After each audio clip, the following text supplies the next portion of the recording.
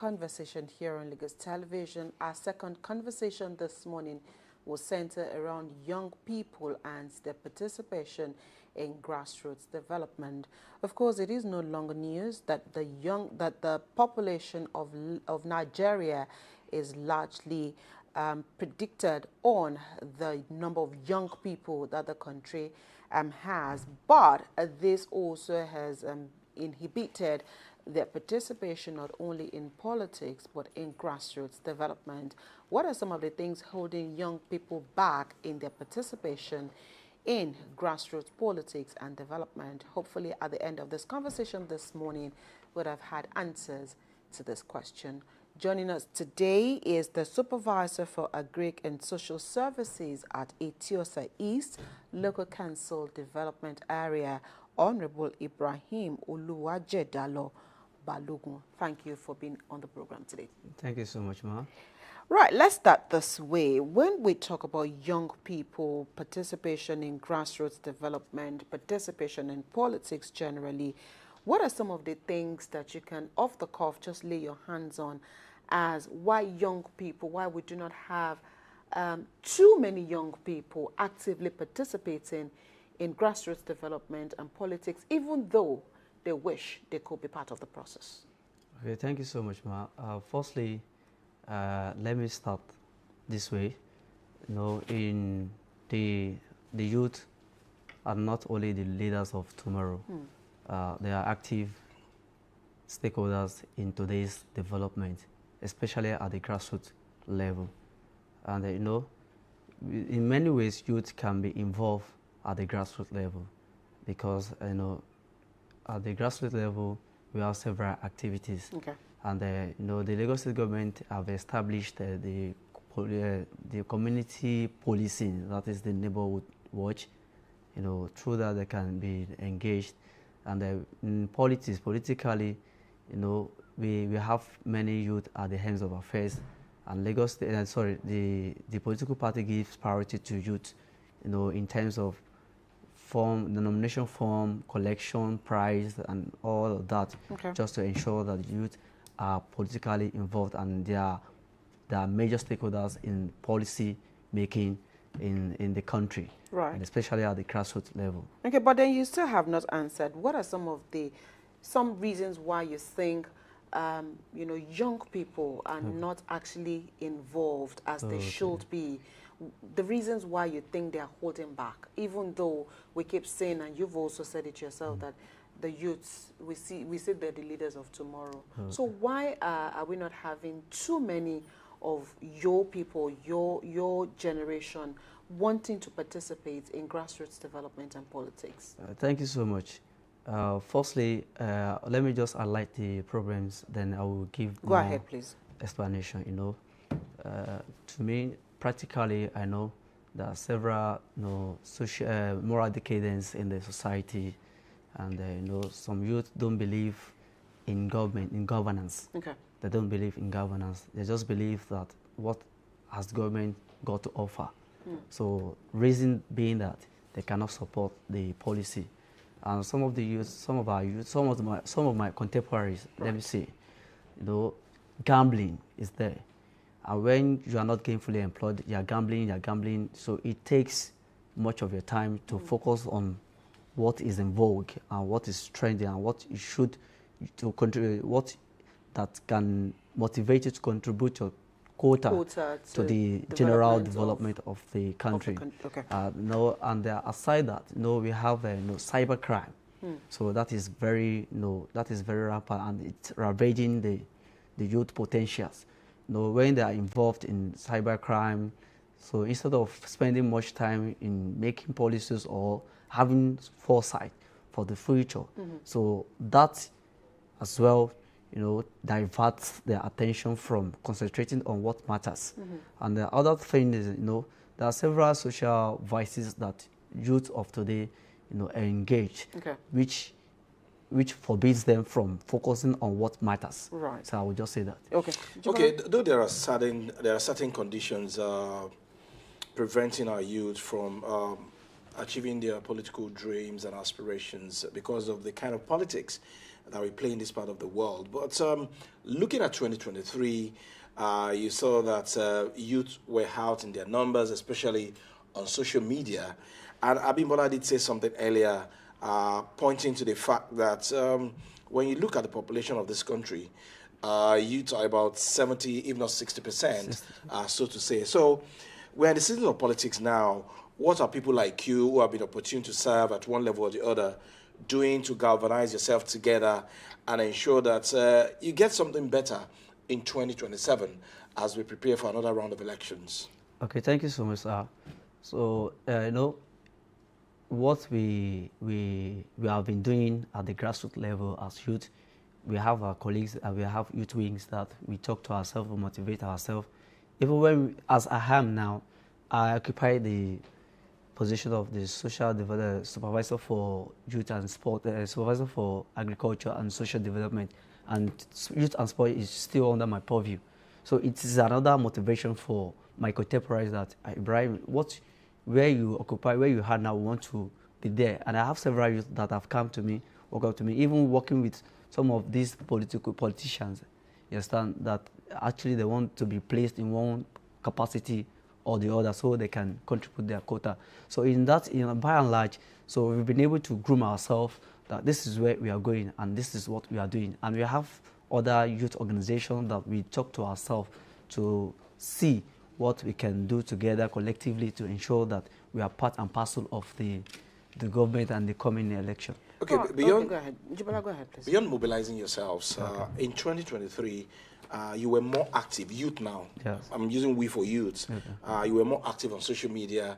And when it was time for people to come out and vote, majority of them were either playing football or tweeting or sending messages on Instagram instead of coming out to exercise their franchise. So what kind of engagement are you having now with them to ensure that that population is actually a strength in 2027? Thank you so much, sir. See, in what you just said now, what ensued in 2023 that youth, that youth didn't vote, I would say it is owed to the abstinence or their unavailability of having the permanent voters card. Now, because I participated in the last permanent voters card drive in our local council. And when the youth came out in their numbers, we saw that, no, these people didn't have voters card in 2023, but now they are ready to take the ball by its own. And majority, I can say, certain percentage has been registered in the ongoing continuous voters registration. And I can say with confidence that come 2027, we have large number of youth. Even we outnumber, we have a snowball effect on the number of people coming the next election. Right. You are currently, I would say you're part of government because yes, at the grassroots you're there. And I'm sure you have young people, your contemporaries, who are also looking up to you with the mindset that Ibrahim is in government, he's part of government. And so if we speak to him, he knows where the shoe pinches, he knows some of the inhibitions. And you also have seen some of the things, that happen in government and perhaps why young people are not given that full responsibility when it comes to grassroots development and political participation. So in your opinion, speaking from the perspective of an insider now and wanting to attract more young people into grassroots development and politics, in terms of volunteerism, in terms of participation at the ward level, grassroots level, street to street, what are some of the things that, seem like an attraction to young people to make them see that, politics isn't just about money, but it's also about time, giving back to the society, giving your time, giving your attention, paying attention to details, because young people are also having this mindset that politics is just about money. It's about what are we also going to amass when we get there. So what are some of the things that that you tell young people whom you come in contact with as to the importance of service at the grassroots level? Okay, thank you so much, Maha. Just what you said now, I have several youth that have come to me that they want to be actively involved. I know myself as a case study, I started with community service in my area. I cleaned the drainages. Sometimes I talked to brothers to bring tractors to grade the road. I've been doing that on, and I never knew somebody was watching me, and that was the person was Honorable Noim Babatunde Adams, the Lagos State House of Assembly member. Okay. Who is currently the majority leader of the Lagos State House of Assembly. And when I approached him, that Baba, this is what I want to do, and I have passion for this. I've been involved in political and community service, on and on and on. And what he told me is he has been watching me, and this is another platform for him to assist, and he wants to see that all youth are carried along, and he wants to make sure that all youth are empowered in one capacity or the other. Right. And I could remember vividly, after approaching him, he gave me an appointment in the State House of Assembly.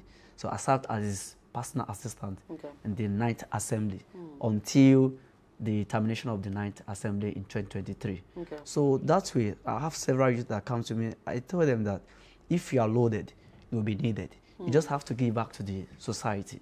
You don't expect leaders or you don't expect stakeholders to have interest in you when you do not have what to offer. You must show that sense of responsibility so they will believe in your potential, that if they give you that opportunity, you will skyrocket. The sky will be your limit. So I always tell you that be prepared. Prepare your mind, prepare yourself, because the future holds the best for you. And ensure that you exploit your potential in a positive way, so that the leaders, the stakeholders can have interest in you. So that's where I think, when you are doing because I believe if you are doing something that is good, you will be motivated yourself. Yes. But when you're doing the otherwise, you don't want people to notice you. But once you continue doing good, people will notice that and they have much interest in you. So it's just all I can tell the youth. Okay, you have had opportunities to serve at the State House of Assembly as a personal assistant, and now you're currently the supervisor for Agric Social Services, Eti-Osa East LCDA. Yes, the platforms that you have had, how have you used those platforms to also give back to your society, to encourage others who are looking up to you as a mentor? Okay, thank you so much, sir. I equally served as a chairman scholarship board for Eti-Osa Indigenous Student Association in 2022-2023, and that platform I was PA. I was an honorable aide, and I know how much I gave to the youth just to ensure that I motivate them. I make sure in scholarship, so I gave them scholarship, 15,000, 10,000. I give out just to motivate them that okay, let's have this contest. Who comes first? We are going to give them so incentive. And we are very young at the local government. We just came on board barely 2 months. So, and we are still doing what is expected of us to do. And we have the executive chairman of Eti-Osa East LCDA, has engaged the youth, gave them non-pensionable employment in their numbers. And we are also partnering with NGOs.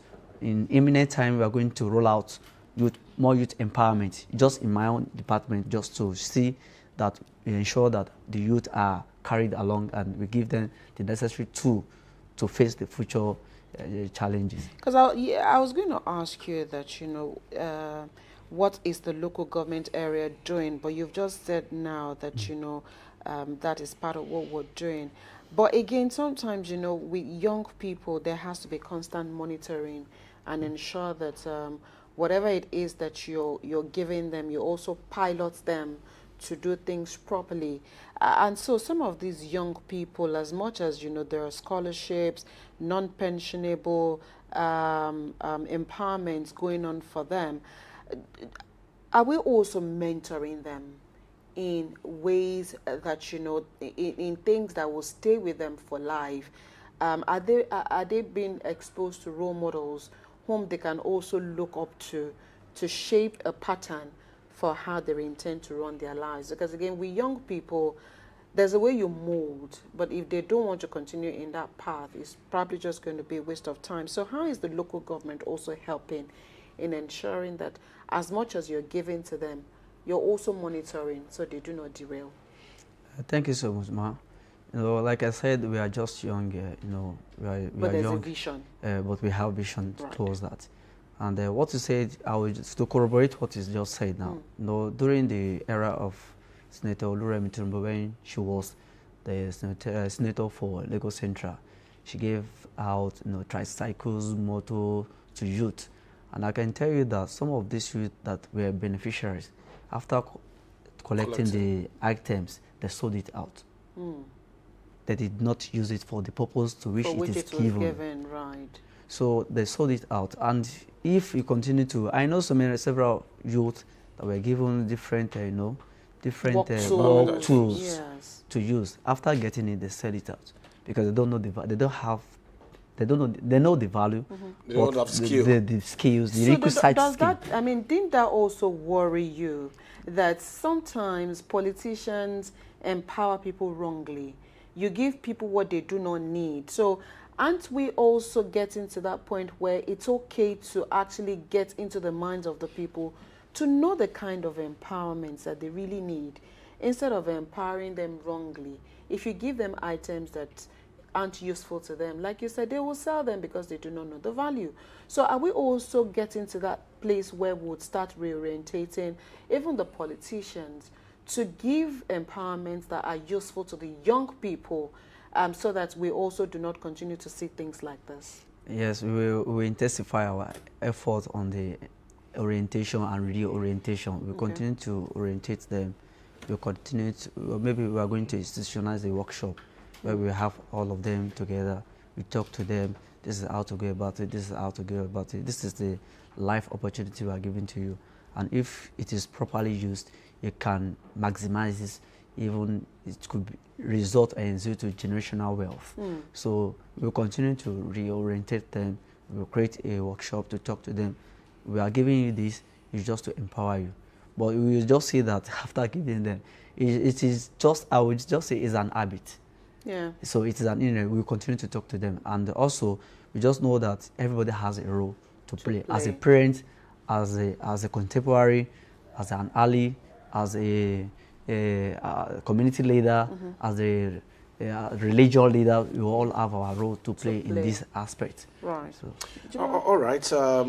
I'm worried because we're approaching another round of elections in the country, and most times youth are usually used as tools for political crises, thuggery, and so on and so forth for elections, simply because politicians will offer them peanuts for them to cause crisis. So what kind of interaction are you having with youth in your LCDA to actually ensure that when politicians come, they have meaningful engagement with them, and of course, they do not serve as political thugs? Thank you so much, sir. In that aspect, we have been doing so much well. We have intensified our effort. And I can say if you come to Eti-Osa East today, something, and Eti-Osa East band starts from, BGC, that is Ikota Shopping Complex, down to Majek in Chongwitedo, where we boundary with Bejuleki. And within the houses, we have been able to have our youth engaged, and they know the value of politics, the value, and we let them know that your strength, it is not to go to the field to fight. Your strength is your PVC. If you have your PVC, there's nothing about you going out to fight anybody. It's just to emphasize it's just to exercise your franchise during election. And Honorable Naim Adams has done well in this aspect. In just that was last year, he engaged all the youth. He gave 100,000 naira and POS machine for them to start up, and he has continued to ensure that he keep in touch with the youth and give them everything they need, maybe school fees and etc. So in our local government, we have people working with us, and we have support from different, different stakeholders. So in that aspect, I think the youth also know that to get there, they need to give the best out, so that you can, even many youth in our local council area, they are coming for employment. They are coming for opportunity. So what are some of the things that you think that governments at the grassroots, governments at the state level, even at the federal level can do to strengthen the capacity of young people, not only in politics, but in national developments generally? Thank you so much, Ma. What I think from government, the state government, the federal government, the local government can do to empower the youth is job opportunity. Okay. They should give job, even at the local government. If we give job, if they are gainfully employed, I think it will reduce, it will mitigate the crimes in the society. Okay. And at the state level, they should give employment. At the federal level, they should give employment. It's just employment and empowerment that I think, and which is necessary, that the youth need. And if they are engaged in one way or the other, so it will mitigate the crime rate. And of course, those available ones, we know that they have future. And they will have every reason to know that they don't want to be involved in so act. That this person has been gainfully employed, and know in the next turn it will get to me. Okay. Yeah. All right, Ajibola, are you good? All right. We'll have to leave this conversation here this morning. Our guest has helped us take a look at how we can, of course, everybody needs to be involved really in ensuring that young people or more young people participate in grassroots development and politics. Thank you so much, Honorable Ibrahim Balogun, Supervisor for Agric Social Services, Eti-Osa East Local Council Development Area, for being on the program today. We wish you the very best. Thank you so much. We'll take a quick break. The conversation returns shortly.